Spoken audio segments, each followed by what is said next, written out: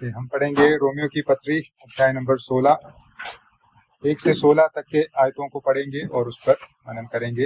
Romeo की पत्री अध्याय नंबर 16, 1 से 16 तक के आयतों को पढ़ेंगे। प्रभु का वचन यूं कहता है, पेज नंबर 225। मैं तुमसे फीबे के लिए, जो हमारी बहन और किंक्रिया की कलीसिया की सेविका है, विनती करता हूं कि तुम जैसा कि पवित्र लोगों को चाहिए उसे प्रभु में ग्रहण करो, और जिस किसी बात में उसको तुम्हारी आवश्यकता हो उसकी सहायता करो, क्योंकि वह भी बहुतों की वरन मेरी भी उपकार करने वाली रही है। प्रिस्का और अक्विला को, जो मसीह यीशु में मेरे सहकर्मी हैं, नमस्कार। उन्होंने मेरे प्राण के लिए अपना ही जीवन जोखिम में डाल दिया था, और केवल मैं ही नहीं वरन अन्य जातियों की सारी कलीसियाएं भी उनका धन्यवाद करती है। उस कलीसिया को भी नमस्कार जो उनके घर में है। मेरे प्रिय इपेनेतुस को, जो मसीह के लिए आसिया का पहला फल है, नमस्कार। मरियम को, जिसने तुम्हारे लिए बहुत परिश्रम किया, नमस्कार। अंद्रुनिकुस और यूनियास को, जो मेरे कुटुंबी हैं और मेरे साथ कैद हुए थे और प्रेरितों में नामी हैं और मुझसे पहले मसीही हुए थे, नमस्कार। अम्प्लियातुस को, जो प्रभु में मेरा प्रिय है, नमस्कार। उर्बानुस को, जो मसीह में हमारा सहकर्मी है और मेरे प्रिय इत्कुस को, नमस्कार। अपिलेस को, जो मसीह में खरा निकला, नमस्कार। अरिस्तुबुलुस के घराने को नमस्कार। मेरे कुटुंबी हेरोदियोन को नमस्कार। नरकिस्सुस के घराने को, जो प्रभु में है, उनको नमस्कार। त्रुफेना और त्रुफोसा को, जो प्रभु में परिश्रम करती हैं, नमस्कार।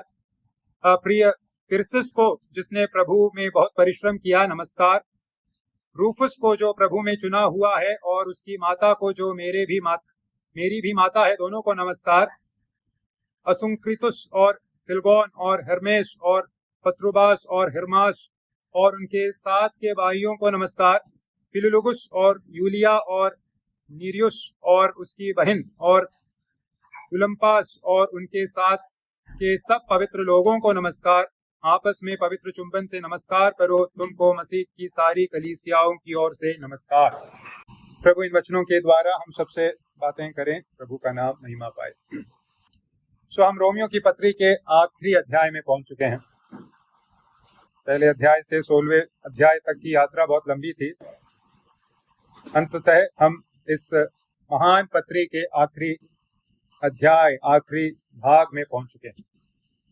और इस भाग में पौलुस क्या कर रहे हैं? लगभग इस पत्री को समाप्त कर रहे हैं, और समाप्ति से पहले प्रशंसा और अभिवादन की कुछ बातें कह रहे हैं। पिछले अध्याय में 15वें अध्याय के 14 से लेकर 33 तक के आयतों में हमने देखा पौलुस ने अपने सेवकाई के विषय में बहुत बातें कही। सेवकाई के अलग अलग पहलुओं की पौलुस ने चर्चा की। अब वो सब कहने के बाद पौलुस प्रशंसा और अभिवादन की बातें कह रहे हैं। जब हम इस भाग को पढ़ते हैं, हम पाते हैं कि नए नियम के लेखों में यह जो भाग है अपने आप में निराला है। नए नियम में और किसी भाग में आपको इतने सारे नामों का जिक्र नहीं मिलेगा। जो भाग हमने पढ़ा, लगभग 27 नाम इन 16 आयतों में सीधे तौर पर बताया गया है। सवाल उठता है कि नामों से हम क्या सीख सकते हैं, या इस अभिवादन के भाग से हम क्या सीख सकते हैं? इतने सारे लोगों को पौलुस नाम ले लेकर नमस्कार कह रहे हैं। इससे हम अपने लिए क्या सीखें? ऊपरी तौर पर देखने से लगेगा कि इसमें सीखने के लिए ज्यादा कुछ नहीं है, परंतु जब हम इस भाग पर मनन करते हैं, हम पाते हैं कि इस भाग में बहुत अधिक आत्मिक मूल्य छिपा हुआ है। किसी ने इस प्रकार से कहा है कि यह जो भाग है, रोमियो की पत्री अध्याय नंबर 16, नए नियम में सबसे शिक्षाप्रद अध्याय में से एक है, सबसे अधिक व्यावहारिक सीख देने वाले अध्यायों में से एक। तो आइए इस समझ के साथ इस 16वें अध्याय को सीखें, विशेषकर अभिवादन और जो प्रशंसा की बात पौलुस कर रहे हैं उसको हम ध्यान से देखें। जब हम इस अनुच्छेद को पढ़ते हैं, इस भाग को सीखते हैं, इस भाग में हम मुख्यतः दो चीजों को देखते हैं, समझते हैं। पौलुस के बारे में हमें कुछ समझ इस अभिवादन की श्रृंखला में से मिलती है। पौलुस के विषय में कुछ समझ हम प्राप्त करते हैं और रोम की कलीसिया के बारे में हम कुछ समझ इस अभिवादन के सूची में से प्राप्त कर सकते हैं। तो आइए हम पौलुस के विषय में इस अभिवादन की सूची से हम क्या सीख सकते हैं देखें, और उसके साथ साथ रोम में जो स्थानीय मंडली थी उसके विषय में हम अभिवादन के इस सूची में से क्या सीख सकते हैं, आइए हम देखें। पौलुस के विषय में हम क्या देख सकते हैं अभिवादन की इस सूची में से, उसको देखने से पहले एक छोटी सी टिप्पणी। ये पूरा अध्याय लगभग 16 पद जो हमने पढ़ा अभिवादन के लिए समर्पित है, लेकिन पौलुस का अभिवादन करने का तरीका और हमारे अभिवादन करने के तरीके में बहुत अंतर है। हम क्या कहेंगे? हम अभिवादन में क्या कहते हैं? जय मसीह की कहते हैं। पौलुस क्या कह रहे हैं? नमस्कार कह रहे हैं। एक्चुअली पूरा नया नियम छान लीजिए, पौलुस कभी जय मसीह की नहीं कह रहे, पौलुस नमस्कार कहते हैं, ग्रीटिंग्स, या प्रभु की ओर से तुम्हें शांति मिले, शालोम। तो हमारा तौर तरीका अभिवादन देने का और नए नियम का तौर तरीका अभिवादन देने का मिलता जुलता नहीं। मैं नहीं कह रहा हम जो कह रहे हैं गलत है, लेकिन जरूर पौलुस की रीति अलग थी, नए नियम की कलीसिया की रीति अलग थी। हमने ये रीति कहाँ से अपनाई हमें ढूंढना होगा, लेकिन बाइबल में वो रीति हम नहीं पाते। ओके, अब पौलुस के इस अभिवादन की सूची में से हम क्या सीख सकते हैं? सबसे पहली बात, पौलुस एक ऐसा व्यक्ति था जो रिश्तों को अहमियत देता था। पौलुस एक ऐसा व्यक्ति था जो संबंधों को या रिश्तों को अहमियत देता था। वो एक बड़ा सफल प्रचारक था, प्रभु का दास था, जगह जगह यात्रा करता था, पता नहीं कितनी कलीसियाओं की उसने स्थापना की, अत्यधिक व्यस्त व्यक्ति था वो। लेकिन इन सब के बावजूद हम इस सूची में क्या देखते हैं? उसने व्यक्तिगत संबंधों को बहुत अधिक अहमियत दिया। उसने रिश्तों को, नातों को उसने बहुत अधिक अहमियत दिया। जब हम इस सूची को पढ़ते हैं, इस बात को हमें ध्यान में रखना है कि पौलुस इस समय तक इस कलीसिया में व्यक्तिगत तौर पे नहीं पहुंचे। रोम की कलीसिया में अब तक पौलुस नहीं पहुंचे थे, लेकिन उस कलीसिया में अब तक न पहुंचने के बावजूद पौलुस उस कलीसिया में कितने लोगों को जानते थे, इस सूची में हम देख सकते हैं। पौलुस विशेष रूप से लोगों को उस कलीसिया के अंतर्गत जानते थे, नाम से जानते थे और स्पष्ट रीति से जानते थे। एक अस्पष्ट समझ नहीं थी उस कलीसिया के विश्वासियों के संबंध में। तो जहां पौलुस अब तक पहुंचे नहीं है, उस कलीसिया के संबंध में हम देखते हैं पौलुस का एक दूसरे के साथ, भाई बहनों के साथ जो रिश्ता था, इतना नजदीकी था। तो हम क्या सीखें? पौलुस ने रिश्तों को अहमियत दी, पौलुस ने संबंधों को अहमियत दी। देखिए, यहाँ ये सवाल हमारे मन में आ सकता है, जब पौलुस इस कलीसिया में इससे पहले पहुंचे नहीं है, पौलुस इतने लोगों को फिर जानते कैसे हैं? उत्तर कठिन नहीं है। पौलुस इन लोगों को सेवा कार्य के अंतर्गत, जो उन्होंने यात्राएं की, उस सेवा कार्य के अंतर्गत अलग अलग स्थानों में पौलुस इन लोगों को मिले। रोम में ये भाई बहन पहुंचने से पहले अलग अलग स्थानों से होकर रोम में पहुंचे और अलग दूसरे स्थानों में पौलुस इन लोगों को मिले। उदाहरण के लिए पहले तीसरे आयत में हम अक्विला और प्रिस्का के विषय में पढ़ते हैं। तीसरे पद में प्रिस्का और अक्विला को, जो मसीह यीशु में मेरे सहकर्मी हैं, नमस्कार। अक्विला और प्रिस्किल्ला के बारे में हम समझते हैं कि प्रेरितों के काम अध्याय नंबर 18 को पढ़ने पर पौलुस से इनकी मुलाकात सर्वप्रथम कुरिन्थ शहर में हुई।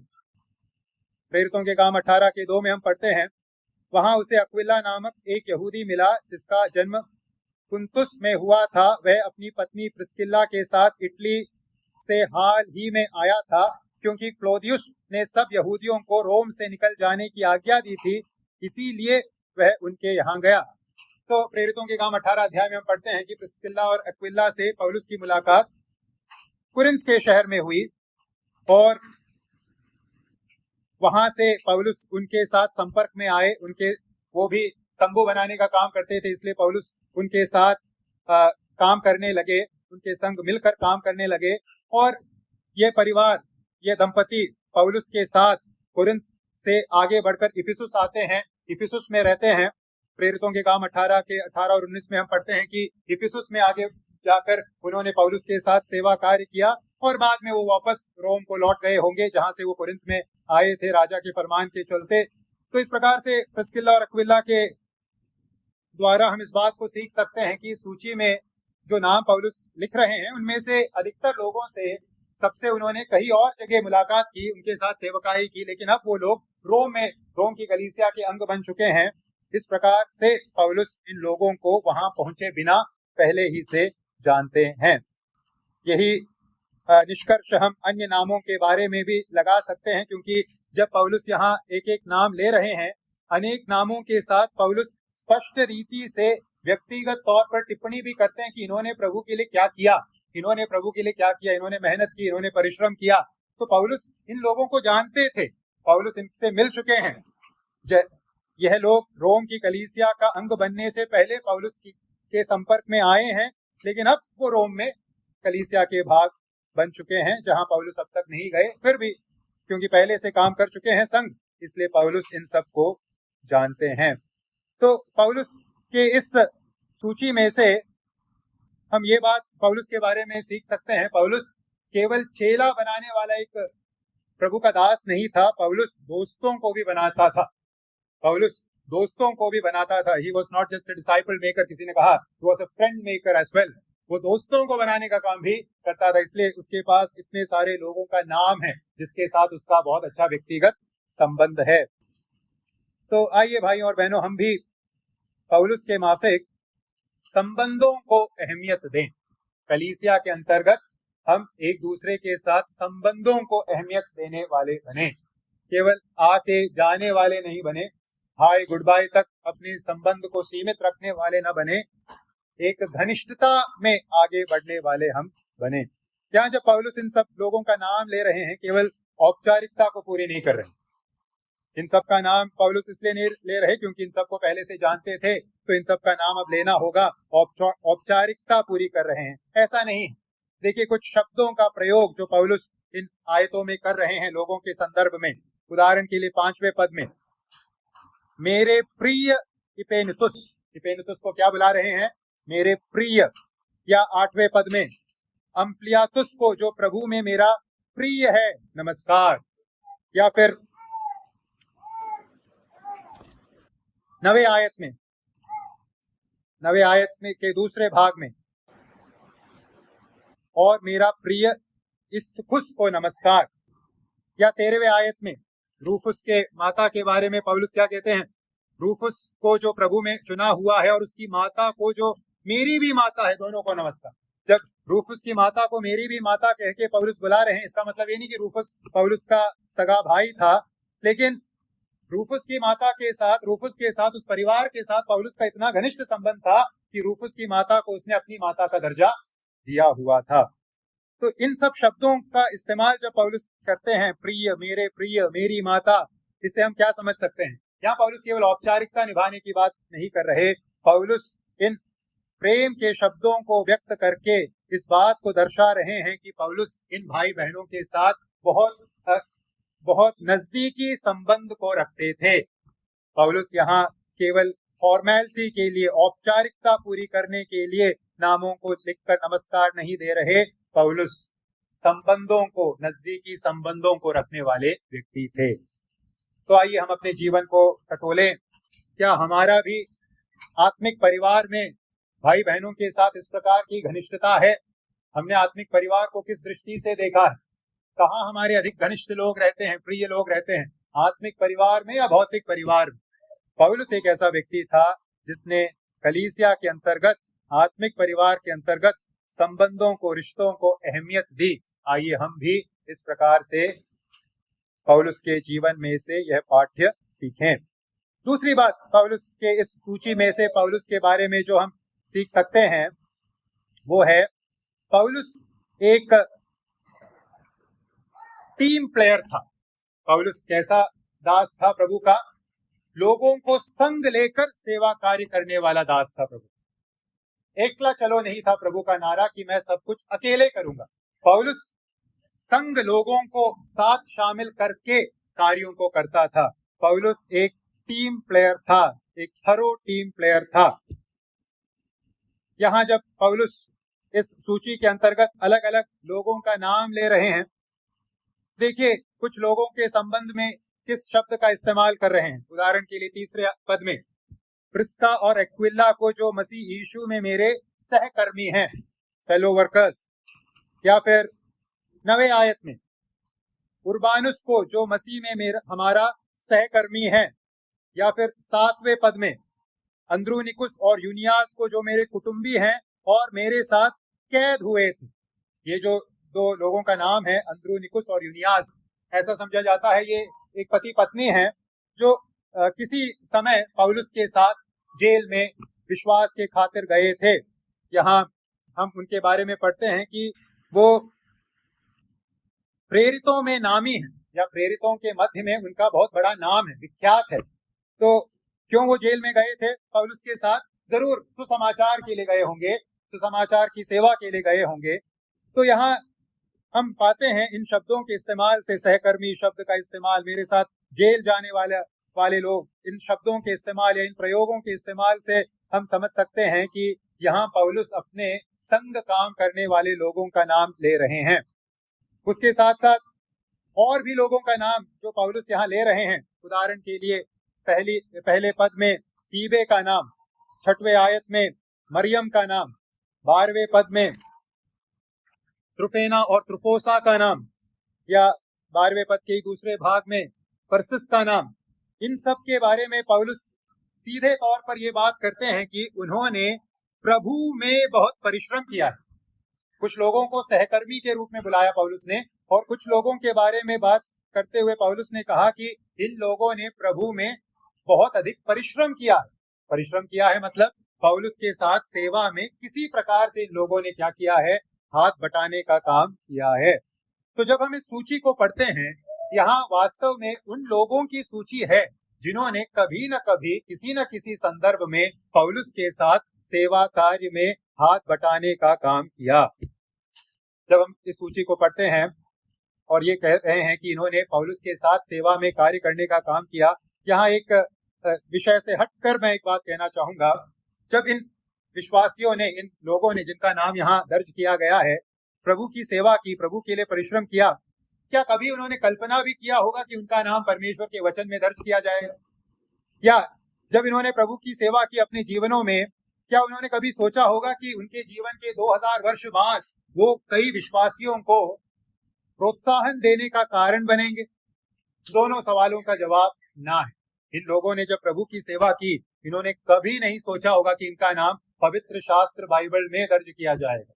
जिन लोगों ने जब सेवा किया रोम में रहते हुए या रोम के आस पड़ोस में, उस जमाने में जब सेवा किया, उन्होंने नहीं सोचा होगा कि 2000 वर्ष पूर्व लोग इनके नाम में से, इनके नाम और सेवकाई में से प्रोत्साहन लेंगे। तो हम क्या सीखें इस टिप्पणी से, इस ऑब्जर्वेशन से?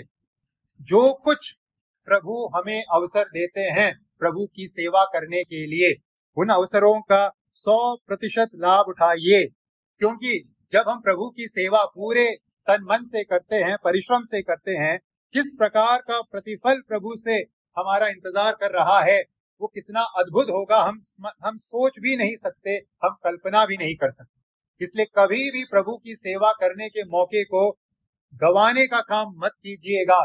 जो भी सेवकाई में हाथ बटाने का मौका मिलता है किसी भी प्रकार से, उसका इस्तेमाल कीजिए। इन लोगों की सूची जब हम पढ़ते हैं, ये सब पूर्ण समय सेवा करने वाले लोग नहीं थे। हाँ, पौलुस के संग ऐसे साथीगण थे जो काम धाम छोड़कर पूरा समय प्रभु की सेवा करते थे, जैसे तिमुथियुस हुआ, सीलास हुए, बरनबास हुए। लेकिन इन लोगों के बारे में हम ऐसा नहीं कह सकते। प्रिस्का और एक्विला तंबू बनाने का काम करते थे, उनका अपना एक व्यवसाय था, उस व्यवसाय के साथ वो प्रभु की सेवा किया करते थे। तो प्रभु के सेवा में पौलुस अकेले काम नहीं करते थे, एक टीम में काम करते थे, और उस टीम में कुछ ऐसे लोग थे जो पूर्ण समय सेवा करते थे, लेकिन बहुत ऐसे लोग थे जो अपने नौकरी के साथ, अपने व्यवसाय के साथ प्रभु की सेवा किया करते थे। तो पौलुस एक टीम प्लेयर थे। पौलुस संग, लोगों को संग लेकर सेवा का कार्य किया करते थे। और पौलुस के साथियों में पूर्ण समय सेवा करने वाले लोगों के साथ साथ, जैसे कि सूची के द्वारा हम सीखते हैं, ऐसे लोग थे जो अपना काम धंधा करते थे और जो अवसर मिलता है उसमें प्रभु की सेवा करते थे। इसलिए ये गलतफहमी मत पालिएगा कि प्रभु की सेवा केवल सेवकों के लिए है जिन्होंने अपना जीवन प्रभु के सेवकाई के लिए अलग कर दिया। नहीं, हम में से हर एक के पास मौका है। अपने व्यवसाय के साथ समय निकालिए, प्रभु की सेवा कीजिए। अपने पढ़ाई लिखाई के साथ मौका निकालिए, समय निकालिए, प्रभु की सेवा कीजिए। जो प्रतिफल हमें मिलेगा वो हम कल्पना भी नहीं कर सकते, कल्पना के बाहर होगा। तो यहाँ इस सूची में से दूसरी बात जो पौलुस के विषय में हम सीखते हैं वो है, पौलुस एक टीम में सेवा कार्य किया करते थे। पौलुस अकेले काम करने के सिद्धांत पर विश्वास नहीं करते थे। लोगों को संग लेकर पौलुस प्रभु की सेवा किया करते थे। यहाँ जब हम इस सूची को पढ़ते हैं कि पौलुस संग सेवा कार्य किया करते थे, इस बात को जब हम देखते हैं, यहाँ हम इस प्रश्न का उत्तर भी पा सकते हैं कि पौलुस को आखिरकार इतने नाम याद कैसे रहे। पौलुस रोम में गए नहीं थे, इन लोगों से मुलाकात पौलुस अलग अलग स्थानों में किए हैं, लेकिन इन सब का नाम पौलुस को याद है। और उस जमाने में टेलीफोन या संचार का कोई माध्यम नहीं है कि बीच बीच में बातचीत हो जाए, फिर भी पौलुस को इन सब का नाम याद है और पौलुस का इनके साथ एक घनिष्ठ संबंध है। कैसे? उसका एक कारण है, ये घनिष्ठता, संबंधों में घनिष्ठता विश्वासियों के अंतर्गत संग चाय पीने से या पिकनिक जाने से नहीं आती। फिर कैसे आती है? जब हम संग प्रभु की सेवा करते हैं तब घनिष्ठता आती है कलीसिया के अंतर्गत। कल एक भाई ने कॉल किया, पता नहीं कितने वर्ष पहले उनके साथ सेवा कार्य किया था मैंने, प्रभु की सेवा में हम दोनों ने संग कार्य किया लगभग 15-16 साल पहले। लेकिन कल प्रभु उस भाई ने फोन किया और हम लोग सेवा कार्य के बारे में या कुछ आत्मिक विषय में चर्चा कर रहे थे। 10-15 साल में भी 1 या 2 बार बीच में बात हुई होगी, लेकिन संबंध अभी भी बरकरार है। क्यों? क्योंकि किसी जमाने में हमने सेवा कार्य, प्रभु की सेवा संग की है। वो जो संबंध में जो मजबूती देता है वो संग चाय पीने से नहीं आती। तो जब पौलुस इन लोगों के संग सेवा कार्य कर रहा था, उसके बदौलत उनके साथ पौलुस का एक गहरा रिश्ता बना, एक करीबी संबंध बना। तो जब हम संग प्रभु की सेवा करते हैं, हमारे बीच में जो व्यक्तिगत संबंध है उसमें भी हम क्या देख सकते हैं? एक बढ़ोतरी देख सकते हैं। तो आइए हम भी संग सेवा कार्य करने वाले लोग बने। हम भी ये न समझें कि सेवा किसी एक व्यक्ति का काम है। आइए हम भी सेवा में जो मौका मिलता है उसका लाभ उठाएं। तो इस सूची के द्वारा पौलुस के बारे में दूसरी बात जो हमने सीखी वो है, पौलुस संग सेवा कार्य करने वाला व्यक्ति था। वो लोगों को साथ लिए सेवा कार्य करता था।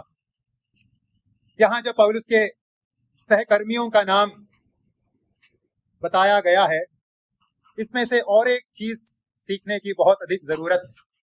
पौलुस संग सेवा कार्य किया करते थे, उनके सहकर्मियों का नाम यहाँ लिखा है। इसमें एक ऑब्जर्वेशन बहुत महत्वपूर्ण है। यह सूची हमें यह भी सिखाती है कि पहली सदी की कलीसिया में प्रभु के कार्य में बहनों ने किस प्रकार से भागीदारी दी। जब पौलुस अपनी सहकर्मियों का नाम बता रहे हैं, यहाँ किस प्रकार से पौलुस के जमाने में बहनें सेवा कार्य में हाथ बटाती थी, उसकी समझ भी हम कुछ तरीके में, कुछ स्तर पे प्राप्त कर सकते हैं। अक्सर हम अपने मध्य क्या पाते हैं? बहनों के बारे में, बहनों के भूमिका के बारे में चर्चा करने के लिए अक्सर हम कौन सा भाग उठाते हैं? 1 कुरिन्थी 14 या 1 तीमुथियुस 2, और हम इस बात की चर्चा केवल करते हैं कि बहनें क्या नहीं कर सकती। हम कहते हैं बहनें सिखा नहीं सकती, बहनें अगुवाई नहीं कर सकती। सही है, पौलुस ने बिना किसी क्या कहेंगे एम्बिग्विटी के, बिना किसी शंका के इस बात को स्पष्ट तौर पे कहा है कि बहनें कलीसिया में सिखाने का काम न करें, बहनें कलीसिया में अगुवाई करने का काम न करें, चुपचाप सीखने की जिम्मेदारी कलीसिया के सभा के संदर्भ में बहनों की। लेकिन पौलुस के इस सूची में हम समझ सकते हैं बहनें किस प्रकार से सेवकाई में हाथ बटा सकती। 1 कुरिन्थी 14 और 1 तीमुथियुस 2 में बहनें क्या नहीं करें इसके बारे में परामर्श है, लेकिन बहनें क्या कर सकती हैं उस बात को समझने के लिए ये जो सूची पौलुस ने दी है बहुत उपयोगी है। अगर हम समझना चाहते हैं कि बहनें किस प्रकार से सेवकाई में योगदान दे देने वाली बने। और अगर हम समझना चाहते हैं कि पौलुस बहनों के सेवकाई में सहभागिता के बारे में क्या मनोभाव रखते थे, इस भाग को सीखना बहुत जरूरी है। जब हम यहाँ उल्लेखित नामों को परखते हैं, मैंने कहा पहले 16 पद में लगभग 27 नाम हैं। इन 27 नामों में से लगभग 10 नाम बहनों के हैं। उदाहरण के लिए पहला नाम बहन का है फीबे, तीसरे आयत में प्रिस्का बहन का नाम है, छठे आयत में मरियम बहन का नाम है, 7वें पद में यूनियास बहन का नाम है, 12 में त्रुफेना त्रुफोसा।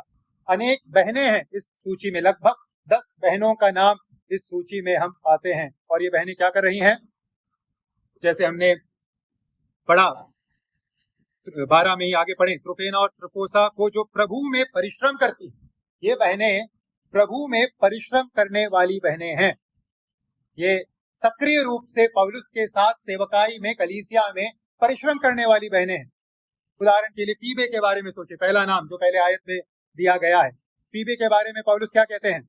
पहले आयत में फीबे के बारे में पौलुस कहते हैं, फीबे के लिए जो हमारी बहन और किंक्रिया की कलीसिया की सेविका है। फीबे कौन है? सहकर्मी है, बहन है, और वो किंक्रिया की कलीसिया में सेविका है। यहाँ और दूसरे आयत में हम पढ़ते हैं, इस बहन ने क्या किया दूसरे आयत के अंत में, क्योंकि वह भी बहुतों की वरन मेरी भी उपकार करने वाली बनी। इस बहन ने अपने सेवा कार्य के द्वारा बहुतों की मदद की, उसमें पौलुस का नाम भी शामिल है। यहाँ बाइबल शास्त्रियों के मध्य कुछ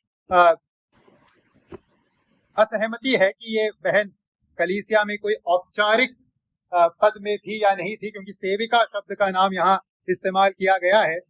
यहाँ सेविका शब्द को हम एक सामान्य शब्द के रूप में देखें वो बेहतर होगा। फीबे कलीसिया के संबंध में सामान्य तौर पर अपने क्षमताओं का इस्तेमाल कलीसिया के अंतर्गत सेवा कार्य में भाग लेने के लिए करती थी, जिसके अंतर्गत उसने बहुतों की सहायता की, उपकार करने का कार्य फीबे ने किया, जिसमें पौलुस भी शामिल हैं, जिसके प्रति फीबे ने उपकार करने का कार्य किया।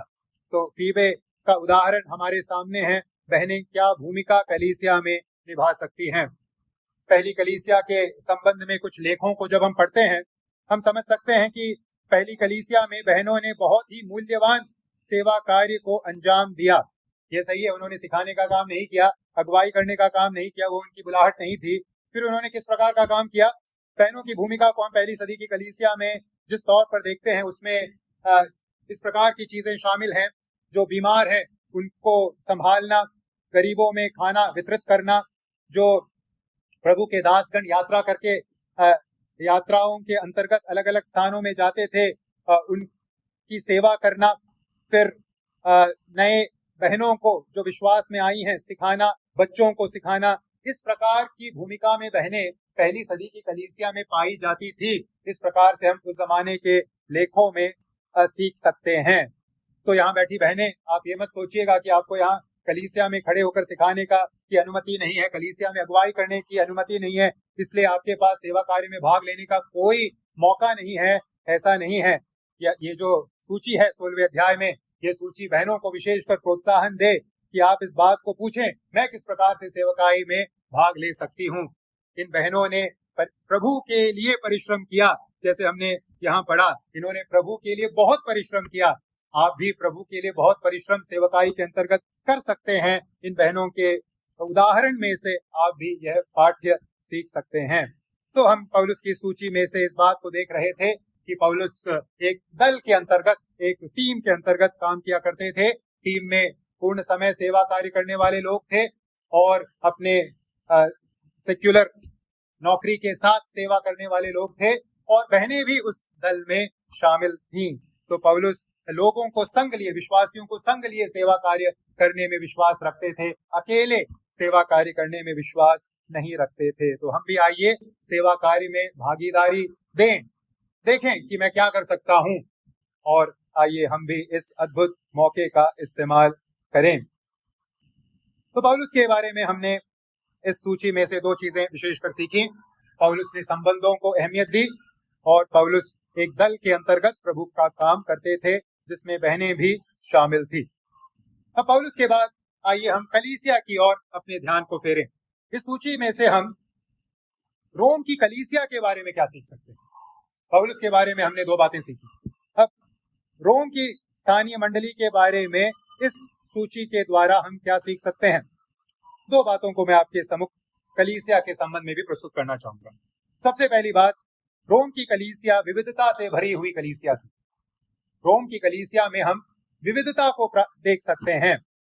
रोम की स्थानीय मंडली विविधता से भरी हुई एक मंडली थी। किस किस प्रकार की विविधता को हम रोम की कलीसिया के अंतर्गत पाते हैं? जातीय विविधता। जातीय विविधता। रोम की कलीसिया में किसी एक जाति विशेष के लोग मात्र मौजूद नहीं थे। क्या यहूदी, क्या अन्य जाति, गैर यहूदी, दोनों प्रकार के लोग रोम की कलीसिया के अंतर्गत पाए जाते हैं। उदाहरण के लिए प्रिस्का, एक्विला, ये लोग यहूदी थे। प्रेरितों के काम 18 हमने पहले पढ़ा था, वहां इस बात का जिक्र है कि जो एक्विला था वो एक यहूदी था।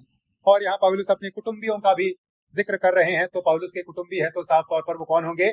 यहूदी होंगे।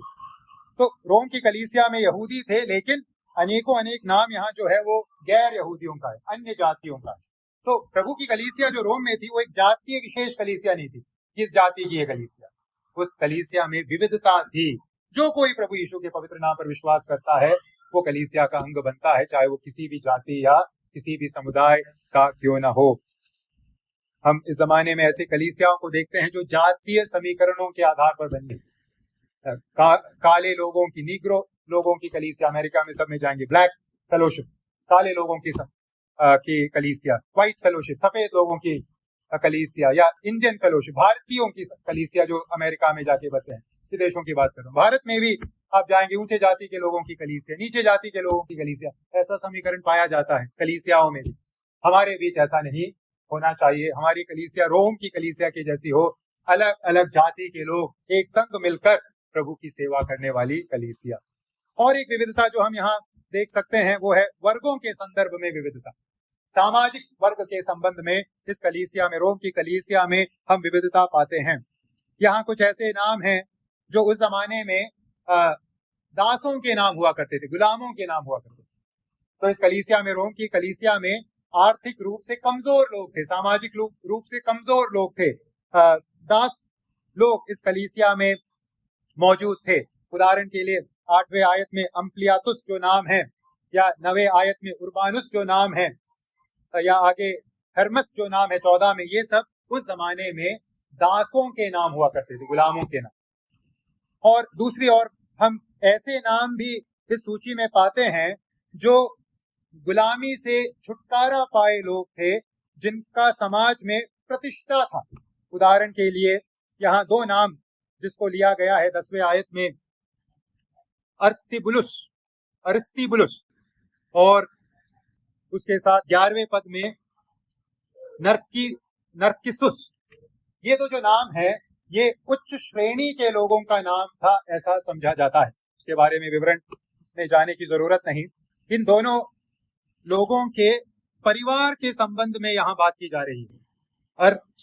अरिस्तुबुलुस के घराने को नमस्कार। अरिस्तुबुलुस अगर एक प्रतिष्ठित व्यक्ति था तो उसके घराने के लोग कैसे होंगे? प्रतिष्ठित व्यक्ति होंगे। नरकिसुस के घराने 11 में पढ़ते हैं, अगर नरकिसुस प्रतिष्ठित व्यक्ति था तो उसके घराने के लोग भी प्रतिष्ठित लोग होंगे। तो हम क्या समझने की कोशिश कर रहे हैं? सामाजिक समीकरण को देखेंगे तो हाई क्लास और मिडिल क्लास, लो क्लास, अलग अलग वर्गों से लोग रोम की कलीसिया में सदस्यता में थे। कुछ व्यवसाय करने वाले थे, जैसे प्रिस्का एक्विला, उनका तंबू बनाने का बिजनेस था, कुछ दास थे, कुछ प्रतिष्ठित परिवारों से थे। तो समाज के अलग अलग तबकों से लोग जो रोम की कलीसिया थी उसमें शामिल थे। सुसमाचार किसी एक वर्ग के लिए नहीं है। सुसमाचार की जरूरत किसको है? किसको है? हर किसी को है, चाहे अमीर हो, चाहे गरीब हो, नौकरी करने वाला हो, बिजनेस करने वाला हो, खेती करने वाला हो, सबको प्रभु के सुसमाचार की जरूरत है।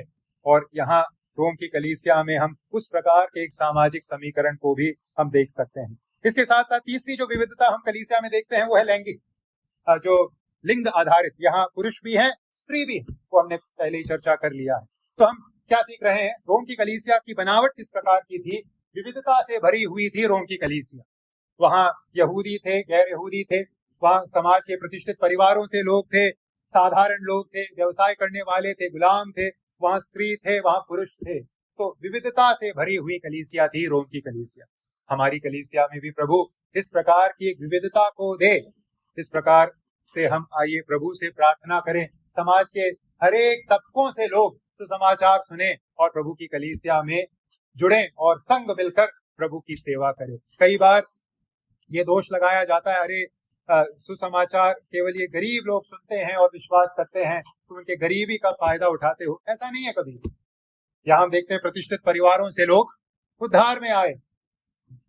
पौलुस स्वयं एक प्रतिष्ठित परिवार से आया हुआ व्यक्ति था। तो आइए हम समझें कि ऐतिहासिक रूप से सुसमाचार सबने स्वीकारा है, वो किसी एक वर्ग विशेष के लिए नहीं। इसलिए हम भी किस किस को सुसमाचार दें?